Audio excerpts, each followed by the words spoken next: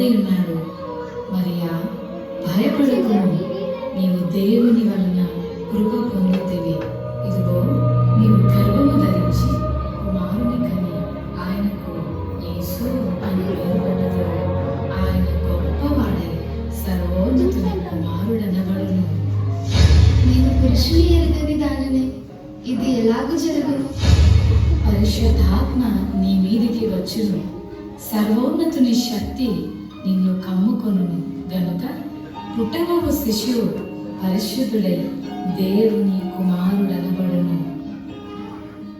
ప్రభు దాసురాలను, నీ మాట చొప్పున నాకు జరుగును గాక.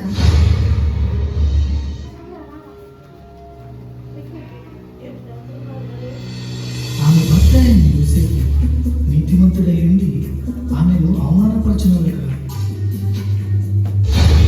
దావీదు కుమారుడైన యోసేపు, నీ భార్య అయిన మరియను చేర్చుకుంటకు భయపడకుము. ఆమె గర్భము ధరించినది పరిశుద్ధాత్మ వలన కలిగినది. ఆమె ఒక కుమారుని కనును. తన ప్రజలను వారి పాపముల నుండి ఆయనే రక్షించును గనుక ఆయనకు యేసు అని పేరు పెట్టుదువు. యోసేపు నిద్ర మేలుకొని ప్రభువు దూత తనకు ఆజ్ఞాపించిన ప్రకారం చేసి తన భార్యను చేర్చుకుని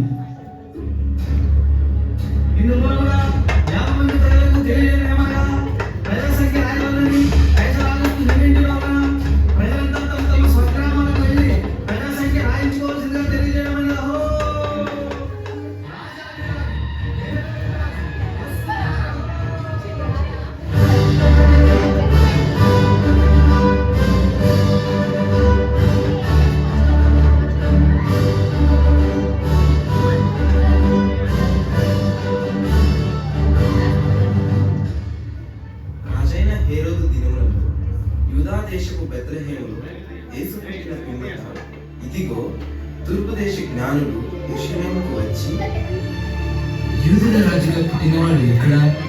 తూర్పు దిక్కున మేము ఆయన నక్షత్రమును చూచి ఆయనను పూజింపవచ్చుము. చిత్తం మహాప్రభు. క్రీస్తు ఎక్కడ పుట్టను?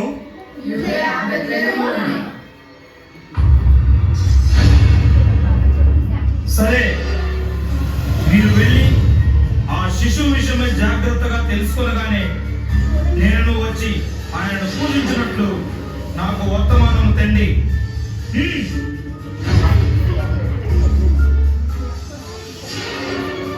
నేను ఓటమి ఎరుగని హేరోదు రాజును మరి యొక్క రాజును పూజించడమా? అసంభవం.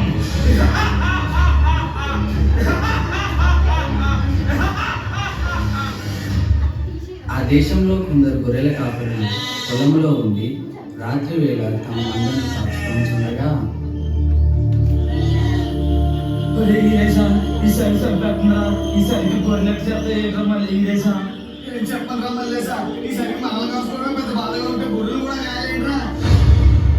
భయపడకుడి, ఇదిగో ప్రజలందరికీ కలుగబోవు మహా సంతోషకరమైన సువర్తమానము నేను నీకు తెలియజేయుచున్నాను.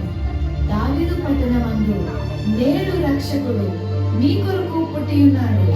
ఈయన ప్రభు అయిన క్రీస్తు. దానికిదే మీ కానవాడు.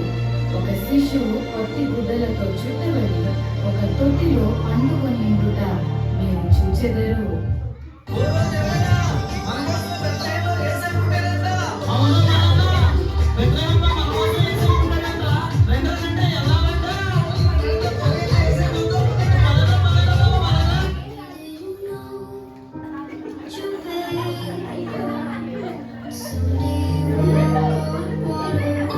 చూశారు కదా మిత్రుల, పాపంలో కూరుకుపోయిన నిన్ను రక్షించడానికి తన ఏకైక ప్రియ కుమారుడైన యేసయ్యను మానవునిగా ఈ భూమిపై నీ కొరకు పంపాడు.